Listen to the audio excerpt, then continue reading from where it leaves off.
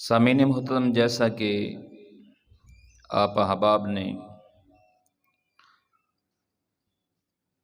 اشتہار تو پڑھا ہوگا کہ آج کا میرا جو موضوع ہے وہ ہے امیر المومنین خلیفہ دوم مراد رسول حضرت سیدنا عمر بن خطاب رضی اللہ تعالی عنہ کی شہادت۔ وقت کی نزاکت کے پیش نظر میں چند باتیں آپ احباب کے سامنے رکھوں گا۔ اللہ تعالیٰ میری اور آپ کی حاضری قبول فرمائے۔ سامعین محترم، آج ذوالحج کی 29 تاریخ ہے اور قوی امید ہے کہ کل یکم محرم الحرام ہو۔ سیدنا عمر فاروق رضی اللہ تعالی عنہ آپ کی یکم محرم الحرام کو شہادت ہوئی۔ مسلمانوں کا کہ سال کی ابتدا بھی قربانیوں سے ہے اور مسلمانوں کے سال کی انتہا بھی قربانیوں پر ہے۔ سال کی ابتدا محرم الحرام سے شروع ہوتی ہے، یہ سال کا پہلا مہینہ ہے، اور اس کی یکم تاریخ کو سیدنا عمر فاروق رضی اللہ تعالیٰ عنہ کی شہادت ہے، اور 9-10 محرم الحرام کو سیدنا امام علی مقام امام حسین رضی اللہ تعالیٰ عنہ آپ کے رفقا، آپ کے ساتھی رضی اللہ تعالیٰ عنہم، آپ کی میدان کربلا میں شہادت ہوئی اسلام کے لیے۔ اور ذوالحج کے اندر حضرت سیدنا اسماعیل علیہ السلام کی قربانی ہے، اور اس کے بعد سیدنا عثمان غنی ذو النورین رضی اللہ تعالی عنہ آپ کی شہادت ہے، اور 18 ذوالحج کو عید غدیر بھی آتی ہے۔ وہ انشاءاللہ زندگی رہی تو میں پھر کسی موقع پر عید غدیر کے حوالے سے وضاحت فرماؤں گا کہ عید غدیر کیا ہے اور اس سے مراد کیا ہے، اور عید غدیر کے متعلق مسلمانوں کا عقیدہ کیا ہے۔ تو بہرحال آج جس ہستی کا میں ذکر کرنے جا رہا ہوں، یہ وہ ہستی ہے جو فاتح اسلام ہے، جن کے دور خلافت میں اللہ رب العزت نے اسلام کو وہ بلندی عطا فرمائی، وہ بلندیاں عطا فرمائیں کہ کافر بھی یہ کہنے پر مجبور ہو گیا کہ اگر عمر کچھ عرصہ اور زندہ رہتے تو پوری دنیا پر اسلام ہوتا۔ یہ کافر مانتا ہے، اور کافر سیدنا عمر فاروق رضی اللہ تعالیٰ عنہ کے عدل کو مانتا ہے۔ آج تو صرف سیدنا عمر فاروق رضی اللہ تعالی عنہ کا نام جو ہے وہ استعمال کیا جاتا ہے۔ ہر سیاستدان، ہر گورنمنٹ اپنے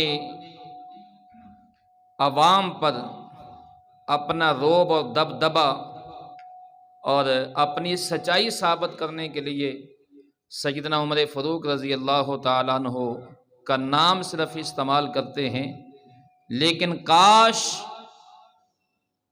یہ جو خلافت کا نام استعمال کرتے ہیں اور اسلام کا نام استعمال کرتے ہیں، کاش کبھی انہوں نے سیدنا عمر فاروق رضی اللہ عنہ کی سیرت پڑھی ہوتی، تب انہیں ان سیاستدانوں کو پتہ چلتا کہ اسلام کیا ہے اور سیدنا عمر فاروق رضی اللہ عنہ کی زندگی کیا ہے۔ جس ہستی کا میں ذکر کرنے لگا ہوں ان کا مقام یہ ہے، ان کی شان یہ ہے کہ وہ کہتے تھے کہ اگر نہر فرات پر بکری کا ایک بچہ بھی پیاسا مر گیا تو عمر سے پوچھا جائے گا، عمر سے اللہ کی عدالت میں پوچھا جائے گا۔ اور یہ وہ ہستی ہے کہ رات کی تاریکی ہے اور مدینے کی گلی کوچوں کے اندر یہ گشت کر رہا ہے، اور مدینے سے باہر جو دوسرے دیہات تھے ان کے اندر گشت ہو رہا ہے۔ رات کی تاریکی کے اندر جب مدینے کی گلی کوچوں میں گشت ہو رہا ہے، ایک گھر سے رونے کے بچوں کے رونے کی آواز آئی تو سیدنا عمر فاروق رضی اللہ عنہ نے دستک دی دروازے پر، دروازہ کھٹکھٹایا اور کہا کہ اے بی بی بچوں کو سلائیں، انہیں چپ کروائیں، اور یہ بات کہہ کر آگے گزر گئے۔ کچھ دیر بعد پھر جب واپس آئے اور پھر اسی دروازے سے گزر ہوا تو دوبارہ پھر رونے کی آواز آ رہی ہے۔ آپ نے پھر دروازہ کھٹکھٹایا اور ذرا سخت لہجے سے کہا، بی بی تو کیسی ماں ہے، تو کیسی بے رحم ماں ہے، تجھے ترس نہیں آتا، تجھے رحم نہیں آتا، تیرے بچے رو رہے ہیں اور تو انہیں چپ نہیں کرواتی۔ اور آگے سے بی بی نے آواز دی کہ اے آنے والے، تمہیں کیا پتا ہو بچے کیوں رو رہے ہیں، بچوں کے رونے کی وجہ کیا ہے؟ سیدنا عمر فاروق رضی اللہ کے اصرار پر دروازہ کھولا گیا اور دیکھا چولہے پر ایک ہنڈیا ہے اور نیچے آگ جل رہی ہے۔ تو پوچھا بی بی سے کہ بچے کے رونے کا سبب کیا ہے؟ اس نے کہا کہ کافی دن ہو گئے ہیں بچے بھوکے ہیں اور بھوک کی وجہ سے رو رہے ہیں۔ سیدنا عمر فاروق رضی اللہ عنہ نے فرمایا کہ یہ چولہے کے اوپر کیا ہے، کیا پکایا جا رہا ہے اور کھلاتی کیوں نہیں انہیں؟ آگے سے عورت نے کہا یہ تو صرف پانی ہے جو چولہے کے اوپر رکھا ہوا ہے بچوں کو تسلی دینے کے لیے، تسلی دینے کے لیے تاکہ بچے اسی امید پر سو جائیں۔ یہ پانی ہے، بچے تو کئی دن سے بھوکے ہیں۔ کہا کسی نے آ کر پوچھا نہیں ہے؟ تمہارا حال نہیں پوچھا؟ کوئی آیا نہیں تیرے پاس؟ اس نے کہا ہم غریبوں کا حال کون پوچھتا ہے۔ سیدنا عمر فاروق رضی کی دھاڑیں نکل گئیں اور آپ فوراً بیت المال کے اندر گئے۔ وہاں جا کر جو ضروری سامان تھا، آٹا لیا، گھی لیا اور باقی کچھ ضروری ستو وغیرہ، کھجوریں، سب کچھ لی اور اپنے غلام سے کہا کہ میری کمر پر رکھ دیں۔ اس نے کہا حضور میں کس لیے ہوں، میں اٹھا لیتا ہوں۔ آپ نے فرمایا کہ قیامت کا دن تو عمر کا بوجھ اٹھائے گا۔ سیدنا عمر فاروق رضی کے نام لیوا اور ان کا نام استعمال کرنے والوں، میں تمام سیاستدانوں سے پوچھتا ہوں، حضرت عمر نے رات کی تاریکی کے اندر اپنے غلام سے کہا، جب اللہ اور غلام کے علاوہ کوئی دیکھنے والا نہیں تھا تو اپنے غلام سے کہا کہ قیامت کے دن کیا عمر کا بوجھ اٹھاؤ گے؟ اور خود کمر پر جو ہے وہ سامان اٹھایا اپنے کندھے پر اور اس بی بی کے گھر آئے اور آ کر جو ہے وہ سامان دیا اور اس بی بی نے آٹا گوندا، ہنڈیا پکائی۔ سیدنا عمر فاروق رضی اللہ تعالیٰ عنہ ہنڈیا کے نیچے آگ جلا رہے ہیں اور خود اپنے منہ سے پھونکے لگا رہے ہیں آگ کو، اور دھواں جو ہے آپ کی داڑھی سے گزر رہا ہے، حتیٰ کہ کھانا تیار ہوا، بچوں کو کھلایا گیا۔ بچے جو ہے وہ کودنا شروع ہو گئے، خوشیاں منانے لگے۔ اور اس عورت نے کہا، آپ نے اس عورت سے فرمایا اے بی بی اب تو خوش ہے؟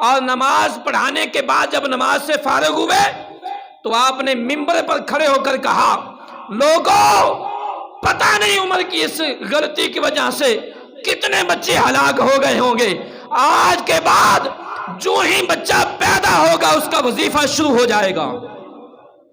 جو ہی بچہ پیدا ہوگا، جب بچے کی ولادت ہوگی اسی وقت جو ہے وظیفہ شروع ہو جائے گا۔ میں آج کے سیاستدانوں سے پوچھتا ہوں، تم اسلام کا نام تو لیتے ہو اور عمر فاروق رضی اللہ کی عدالت کا نام تو لیتے ہو، مجھے بتاؤ سیلاب کی وجہ سے کتنے بچے ہلاک ہو گئے، کتنے شہید ہوئے، اور کتنی مائیں جو ہیں ان کی گودیں اجڑ گئی، اور کتنے باپ جو ہے ان کے نور نظر ٹوٹ گئے، کتنے بچے یتیم ہوئے، اور کن کے جو ہے وہ بھائی چلے گئے، کی بہنیں ٹوٹ گئیں، اور کی جو ہے وہ بے گھر ہو گئے۔ کسی سیاستدان کے کان پر جو نہیں رنگی۔ آج سیاستدان کو کسی کو یہ تو کہے کرسی چھن جائے تو اس کا افسوس ہے، اور کہیں کرسی ملنے پر خوشیاں اور جشن منائے جا رہے ہیں، اور کسی عوام کی پرواہ نہیں۔ کوئی مر رہا ہے، کوئی بھوکا مرے، کوئی ڈوب کر مرے، کوئی پھانسی لے لے، کوئی خودکشی کرے، کسی کو پرواہ نہیں۔ اور جب اسٹیج پر کھڑے ہوتے ہیں تو ایسے لگتا ہے کہ جیسے ان سے بڑا کوئی ولی نہیں ہے۔ وقت کے جو ہے وہ غوث یہی ہے۔ خدا اللہ سے ڈرو، قیامت کے دن یہ کروڑ عوام کا اللہ کی بارگاہ میں تمہیں جواب دینا پڑے گا، ایک ایک جان کا جواب دینا ہوگا۔ کس بنا پر اور کس منہ سے تم اسلام کا نام لیتے ہو؟ تمہیں شرم نہیں آتی؟ نام اسلام کا لو اور تمہاری وجہ سے مسلمان اپنے آپ کو ہلاک کر لیں۔ نام اسلام کا لو اور پاکستان کی عوام، غریب عوام جو ہے وہ پانی پینے کو ترستی رہے۔ اب وہ علاقے دیکھیں نا جہاں لوگ صرف بارش کا پانی پیتے ہیں، اور وہ بھی گندا پانی، وہیں سے جانور پیتے ہیں، وہیں سے انسان پیتے ہیں۔ اور ہمارے جو سیاستدان ہیں ان کے تو بچے بھی گھر کا پانی نہیں پیتے، ان کے لیے بھی اسپیشل پانی آئے، اور تم کہتے ہو کہ ہم غریبوں کے جو ہیں وہ درد مند ہیں، درماں بن کے آئے ہیں۔ یہ بات کہنے میں شرم نہیں آتی تمہیں؟ کاش کبھی عمر فاروق رضی اللہ کی سیرت کو پڑھا ہوتا، تب تمہیں پتا ہوتا اسلام کیا ہوتا ہے، تب تمہیں پتا ہوتا صحابہ نے مسلمانوں کی خدمت کیسے کی ہے۔ اللہ رب العزت کی بارگاہ میں دعا ہے، اللہ تعالیٰ مجھے اور آپ سب احباب کو رسول اللہ صلی اللہ علیہ وآلہ وسلم کے طریقے پر عمل کرنے کی توفیق عطا فرمائے۔ آمین ثم آمین، وما علیہ الا البلاغ المبین۔